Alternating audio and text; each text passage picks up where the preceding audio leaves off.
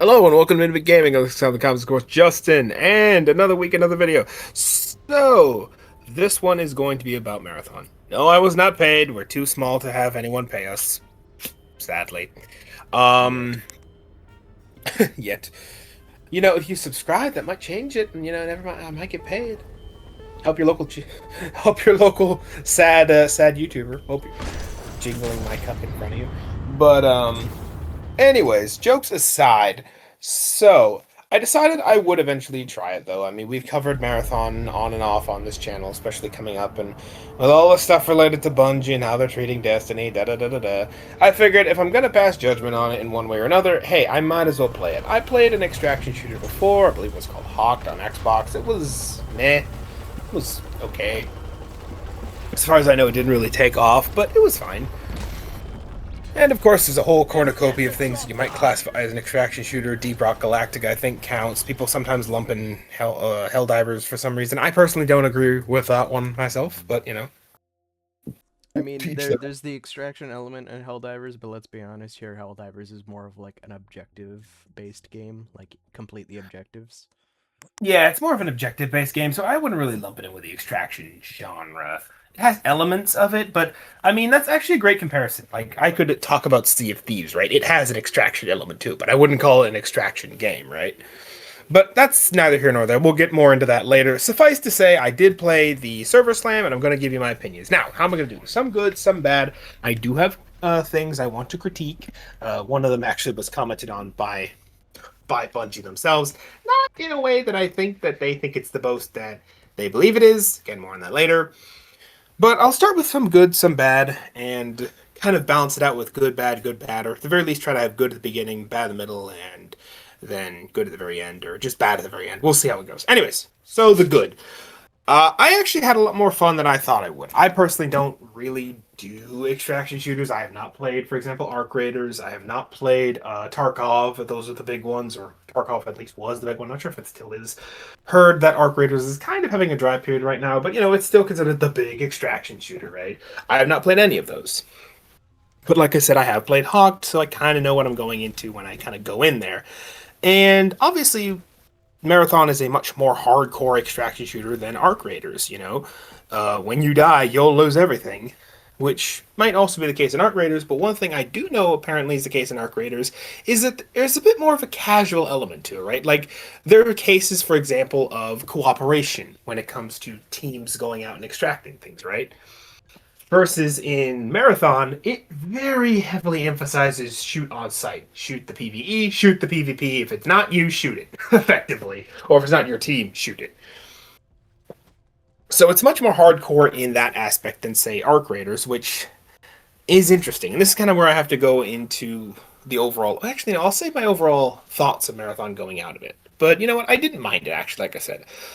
I brought up Sea of Thieves before as kind of an example here. I thought, something like Sea of Thieves, right, where you spend a lot of time collecting resources only for it to be lost to some guy who just ends up rolling up right behind you. And it's like, Someone there's who my like house. spends 20 hours a day playing the game, going and min-maxing every little thing. Yeah, or at the very least, they're just a bigger crew than you. They rock up and they just absolutely slap your stuff, and they just take all your stuff, and you are like, "Dang, man, that's." That's I sad. thought that was gonna be my expression coming into Marathon when I lost stuff, and believe me, I lost stuff often. But surprisingly, I didn't actually have that feeling. And you know why, actually? I kind of thought about that for a minute. Why am I not feeling, terrible whenever I lose a round or I lose a lot of good stuff? I think it's the time investment, right? When you go into Marathon, and just any extraction shooter in general, right? At least in this case, it doesn't take you very long to accrue good stuff. You just got to know, where to look, where to find it, yada, yada, yada. And if you lose it, well, it's not a terribly big loss. And there is another side to that as well, which is investment, right? Another thing that I thought was going to feel crummy was you have to spend money to make money in this game. So, in other words, you got to buy equipment To get to take equipment. the field. Yeah, to take it to the field, to defend yourself, to have a better loadout, to have a better chance of surviving PvE and PvP encounters. We'll get to the PvE in a moment, because there are things I have to say about that. Um, But overall, right, my thought was, okay, you're possibly going to get into this moment where you're constantly at a loss and you're constantly going to just have nothing. You're going to have to go in constantly because you're going to lose all your good stuff and you're not going to have the money to replace it, right? Well, with the way Marathon has it, there's actually things called sponsorship kits. Now, there's a whole system to it where you can get paid ones which have really good stuff or random stuff, or you can have what they call freemium kits, basically. These free kits basically are free sponsorship kits. They give you very basic healing items, like very low tier stuff, a random weapon, some ammo, and that's it, right? You can go into the field and use this stuff to defend yourself. And it's not hard to build yourself up in a run, right? I think Paul Tassi himself even said, right? It's not hard to go from zero to hero in these kinds of runs where you start with nothing, but through looting and just getting lucky, you can actually have a really cracked, yeah, you can have a really cracked kit come the end of the run. So it's not a big issue in these cases if you lose things, because like I said, you can always rely on those freemium kits to kind of keep yourself going. Another angle to this is a new class that they brought in with this with the beta, which I believe wasn't present in the alphas because this seems to be new from everyone who's talked about the beta and said it's the thing. And according to Bungie, I think it's new, called the Rook class. Now, what is the Rook class? The Rook class is the scavenger class. Now, let me run you through how this works because it's kind of weird, right? You know how I said there's freemium sponsorship kits? Well, that's the whole Rooks thing. Not the sponsorship kits itself, but the fact that you go in with effectively nothing. You go in, you are given a random gun, which is constantly shifting. You don't even know what gun you're going to get till you land in. You have basic healing items and like one clip of ammunition for whatever ammo type you're getting for that gun. That's it. Not only that, but unlike normal frame or normal shells, you only can play Rook in solo, which means you cannot bring a friend or matchmake when you play the Rook. Not only that, but you go in mid-round, so people have already had the chance to go around and plunder stuff and yada yada yada. So, and oh, there's one other thing as well. When you're the Rook, you cannot progress contracts with the factions that hire you. So effectively, you cannot, for example, there's one faction called the Traxxas who basically their whole shtick is scavenging, right? Or sometimes they make you scavenge specific things. You cannot actually progress contracts with, for say, them, or anyone really, while you play the Rook. So, you're by yourself, you have a random set of weapons, so you can't bring in your own stuff. You also cannot modify the Rook's kit, so you're pretty much stuck with whatever random stuff you get, random gun that is. And you're going in, like I said, midway through a match, which there's only so much time in a match. You have 20 minutes every match. That is, if you play the full match, to get your stuff and extract before you're forced to go out and you lose all your stuff behind. So, why would you want to play the Rook? Well, I have to get into the PvE side of the game. Now, this is kind of where I have a bit of a complaint. Well, I don't know if it's a complaint, but it's a critique, I'd like to say. Or maybe at least an observation. When I went into this game, right, my thought was that my biggest threat going in was going to be other players, right? Like, going back to Hawked, which I played before. There are PvE encounters in that game. There are PvE enemies you can run into, but they're hardly an issue, right? Yeah, maybe once or twice you might get a little troubled by them, but ultimately they're not going to make or break your run by and large. It's other enemies, or other players, I should say, that are your real threat. Not so much in Marathon. It's actually the other way around, in fact. The bots, the UESC, not going to go into faction lore here. There is a lot of lore in Marathon, which is a good selling point, mind you, but that's just Bungie for you. That's Bungie. That's just Bungie for you. The bots, for sake of shortening their hand, we'll just call them the bots. The bots, who are literal bots, swarm areas, and depending on the difficulty of map you're playing on and stuff like that, they'll come in. They'll patrol areas more and more, and you'll find tougher and tougher enemies of them. Here's the thing. They can swarm you really easily, and they hit pretty much just as hard as a player could hit. Meaning that aside from being piloted by AI, they're effectively just as dangerous, if not more so, than another player. Because if you get spotted by them, they can also call in reinforcements, and it can just infinitely... You could just be in a recursive loop of more enemies come, more enemies come, more enemies come, and you just get worn down by them really easily. Suffice to say, it's very easy to lose a run just by being swarmed by the AI. Other players are surprisingly less of a threat. Not because it's easy to avoid them, though it kind of is, depending on how you play your cards, but also because ultimately it feels, or at least from my perspective, it felt balanced when you're fighting against other players, right? There's only so many things they can do, and at most there's only 3 of them. Yeah, it can feel like Trials of Osiris. Like, I've heard some people were like comment on how Marathon is structured in terms of PvE. It feels like Trials of Osiris just the game, which I don't think that's a bad comparison or faulty comparison because in Trials and Destiny it's a 3v3. But here's the thing, right? It feels a lot more balanced than Trials did. Maybe that's just because we didn't have enough time to really get into it, and build crafting wasn't really there yet, and yada yada yada. But from my experience, it felt like it was pretty balanced, right? Yeah, you're going to run into some people who are really skilled, but ultimately the difference just comes down to skill, not because, oh, they have a rocket launcher and I don't. Though that might be a case if they get a good weapon, but again, you can also take that weapon off of them. Weapons play a role, but it feels a little more skill based. Yeah. For example, right, if you come against another player and you kill them, you can actually raid their stuff if you fully kill them and take their gun. Meaning that even if their other teammates manage to revive them, they got no gun, they just got a knife. That's it. So you can actually put your enemy at a disadvantage by raiding their corpse, which is even incentivized for one of the factions. But anyways. So yeah, PvE is a far bigger fear than PvP. So going all the way back to the Rook, why would you play the Rook? Well, the Rook's abilities, mind you, all the shell characters, right? They have their own abilities, right? But the only really difference is that they have what they call a tactical ability, which is, something that recharges every 60 or 70 seconds, depending, and this ultimate ability, which is like 130 seconds or whatever, which is a powerful ability, but unique to them. That is ultimately the only difference between the shells. The Rook's ability, however, the tactical ability, no less, which is a quick recharge ability, allows you to basically put on a mask, which makes you invisible to the PvE side of the game. The bots just ignore you. So you can waltz right through the bots and they won't notice you. In fact, I've done this to extract several times on a guarded extraction point, which is hilarious.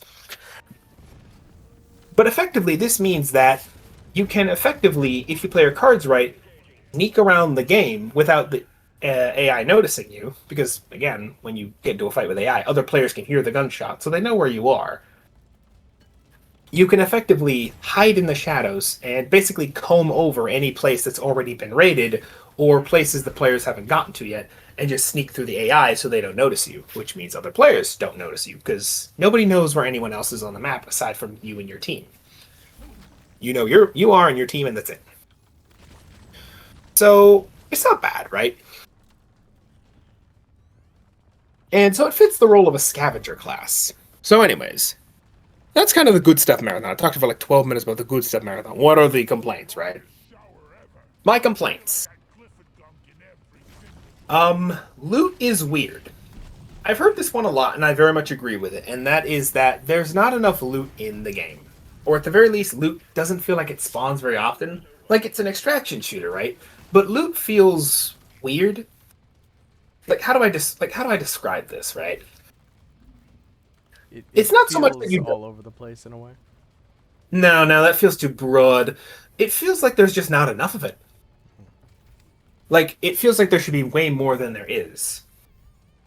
Like, you'd think for a colony that's been abandoned for 100 years that there'd be just junk lying all over the place. Yet, surprisingly, it's pretty sparse. So I feel like if they turned up the ambient loot, I don't want to say the word encounter, but loot spawns, I don't know, not sure how you'd call it in coding terms, then I feel like it would be much better. On the topic of loot, there's one other thing that I really hate about it, really. And that is that you have no idea what is lootable and what is not. And some things that feel like they should be lootable are not. Now, you might just chalk this down to a lack of game knowledge, right? But it feels like that some things that feel like they should be lootable are not. Like, you go up to, effectively, a box on a wall. And you'd be like, okay, cool, there's gotta be stuff in here I can loot. Nope, not at all. And by that same token, on the other end of things, you don't know what is lootable either. So I have discovered clear distinction. Yeah, so I have discovered things that are lootable by pure accident by running past them with my team and getting a prompt being like, oh, you want to loot this? Be like, oh, I guess I can loot this then. Like, there's no rhyme or reason to what is and isn't lootable. Like, yeah, certain things are lootable. Like, certain objects, or so to speak. So they have, like, certain containers that spawn that are lootable. But you have to know where those containers are, which you don't. They're random every match, and all that is consistent is just the general location where they spawn. So, for example, if you're looking for iron rods or something like that, I can't remember what they're called, but just basically iron rods, they spawn in maintenance, which is this giant building complex. Cool. Good luck finding them in there because there's no rhyme or reason to where they spawn in there. So you just kind of have to run around and hope you find something. And because everything kind of looks the same in a way, it blends in a lot. Like sometimes I find myself running right past loot without even noticing it's there, which is weird and also not great if you ask me. So there's that. I feel like there's just not enough loot in the game, and that what is there blends in way too much with the background to be noticeable sometimes, which is a pain in the neck for said Traxidus bounties, like I said, which asks you to go to the one specific area and loot this one specific thing. Which, on the topic of looting, let's talk about my other complaint. Team members. You're competing in this game with everyone. And this is kind of where the hardcore aspects will come into. And I go, yeah, we were competing with other teams. That, but also your own team, too. Let me explain. So when you go into a mission, right, normally you queue in either with friends or a group of random matchmakes with two others, yeah? You'll go in there, and you'll each have a bounty, if you have a bounty equipped, that is. You can only get one bounty at a time, or contract, I should say, one contract at a time, which feels a little weird, but whatever. Each person only has one contract they can equip at a time. And if you already have that faction unlocked, if you help them complete that bounty, or contract, I keep saying bounty, contract bounty, let's just use the word interchangeably here, you get 50 experience with that faction alongside the player who had that contract with the full amount. So you get an extra 50 on top of, you get an extra 50 for just helping them out, which is nice for casually helping, gives you incentive to help with contracts, right? Here's the problem, though. You don't share loot amongst your team. So remember how I was saying there's not much loot in the game? Well, this is kind of another... more sparse. Yeah, now it's even more sparse, because now you're not only fighting with other teams to get loot, but also your own team as well. So, take Destiny, for example, right? When you complete a strike, or a raid, or a dungeon, or whatever, an encounter, you get a bunch of loot that spawns. Everyone gets their own instance, so everyone gets their fair share. In Marathon, you have X number of loot that spawns. 9 pieces, let's say. And all of you get to pick from those 9 pieces, collectively. Which means... sometimes you'll have one guy who just takes everything. And that wouldn't be a problem, save for the fact that everyone at the end of the match, provided you extract, only get the payout for whatever they're holding. So let's say this one guy has $4,000 worth of collectibles and you only have $2. Or more likely 500, but you get the point. Guess what? He's getting 4,000, you're getting $2. Despite him being on your team. Yes. So nothing is shared, including the payout. So you're not only competing with yourself or other teams, but you're also competing with your own team as well to get the best stuff. And remember I was talking about those Traxidus contracts, the ones that have you as salvaging? Yeah. That also doesn't complete if you're not the one carrying it, as best I can tell. Now, normally you might say, well, use voice chat and ask for people to give you stuff, and well, that might work for your team. Sometimes there's no reason for them to get that up. There's no communicating at the moment. Now, this might just be because, again, as someone like Paul pointed out, it was the trial week, so everyone's just kind of hopping in and getting their impressions and yada, yada, yada, and maybe that'll change when the game officially releases. However... that doesn't change the fact that there are going to be those who don't do that, and there should, in a way, be some system in place to go and, account for that. Yeah. There is only one thing that is shared when you extract, and that is what they call credit chips or credit... I can't remember what they're called. I think they're credit cards or credit chips, right? So basically, if you find these things scattered throughout the world, you can pick them up and instantly transfer funds to your account. Great. And this is actually shared amongst your whole team come exfil. So even if you guys fail to extract, you still get this money in your account regardless. So it's a nice way to make money even if you fail. Now, it's not much... but ultimately, it is shared amongst the team. So let's say you extract 500 token amongst a lot of you because you find 500, token or cards worth of credits worth of tokens. I'll try to describe it. Cool. All of you can share $500 individually. So 500, 500, 500. That is the only thing that is shared amongst your team, nothing else. So, yeah, again, this goes back to the fact that Marathon is a very hardcore extraction shooter where even your own team members are technically not on your side. Again, I've had moments where, a good team member might be like, oh, you're low on health, and just throws you a health packet or something like that. Because, if you lose, chances are they might lose because now they've got one less person watching their back. But, there's no obligation for that. There's no real incentive to be a teammate. There is an incentive as far as teammates go, but when it comes to giving up loot, not so much. At least, things that aren't health packs and shield packs. So, yeah, it is. So I think the loot spawns could definitely be turned up, and I don't know what you'd really do when it comes to loot sharing. I feel like if it comes to, contract based at least, it would be nice if for at least contracts you can, share the loot pool. Like, oh, this guy has 2 rods, so you complete the contract too, but I don't know. Because believe me, I've had moments where I was like, go into there and collect 2 iron rods, and I searched the entire place with my team top to bottom. I could not find anything but 1 iron rod. And since I had to get 2 permission, the whole contract was busted. I had to do it again. And yeah, it was not fun. Never did finish that mission because I just could never get them to spawn properly.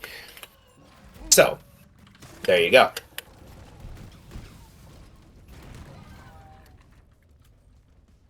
There is one other complaint.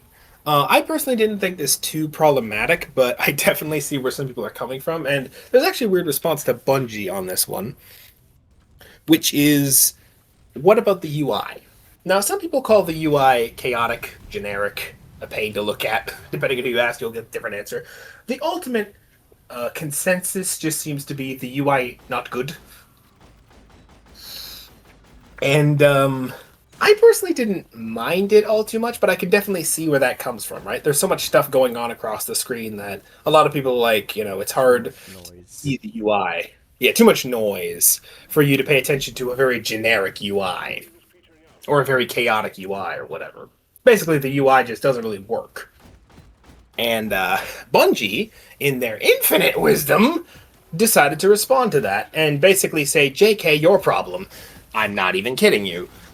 In an article revealed by the UI designer, and this is actually in the comments section if you want to read it, the UI design director, or the UI designer, declares effectively that they're not changing anything. Let me pull up to give you an exact quotation here.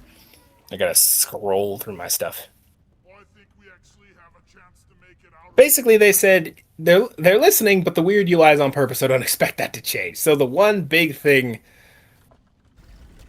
the one thing that is throwing a lot of people the one thing a lot of people can agree on is the one thing they refuse to change. In fact, according to this very article, a YouTuber even declared it the first ever front slot game.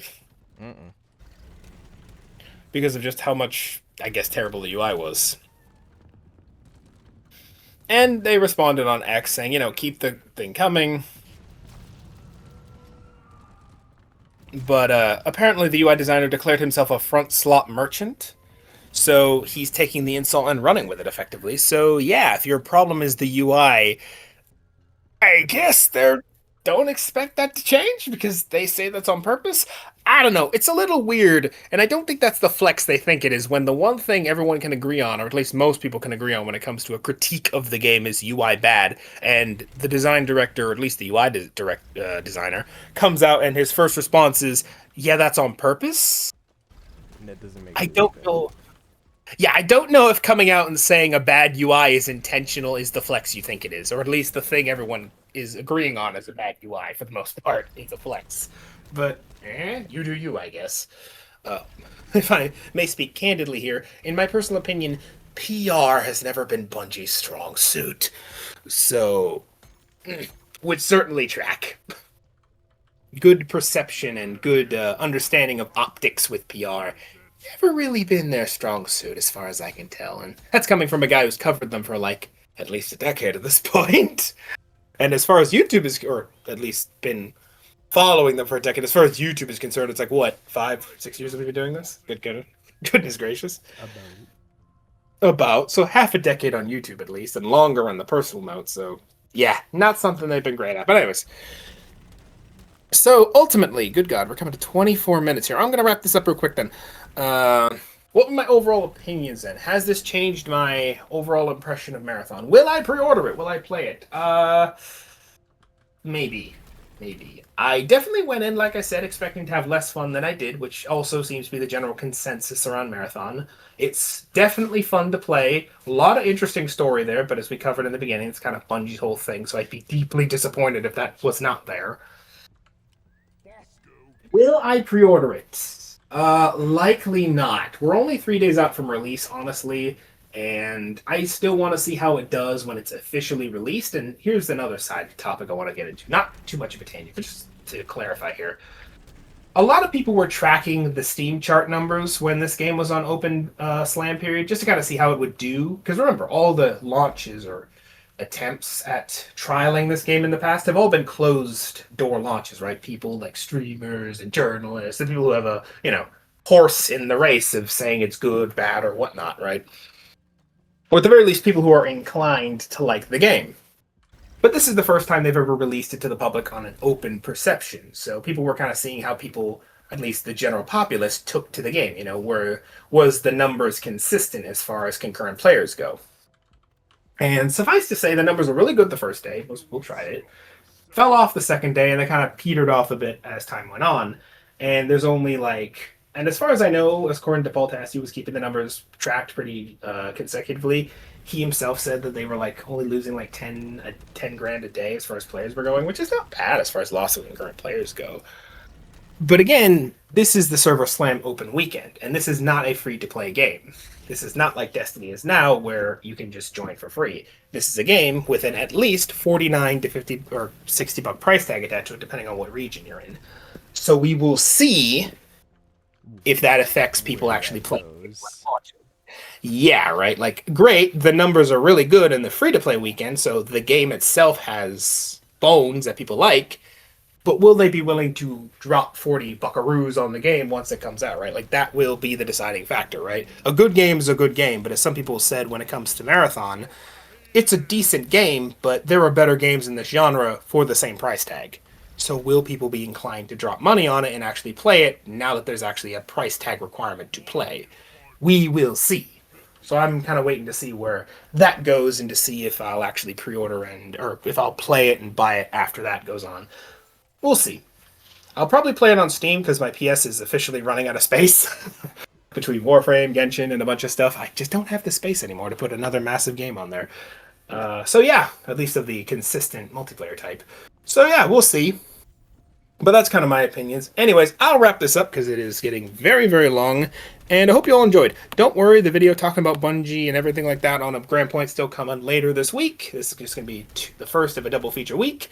Because I did promise you guys that would come out. And I am going to fulfill that promise. Don't worry, I have not forgotten. Anyways, have a good one, have a good week, and I'll see you all next week. Bye-bye, everybody. Have a good one.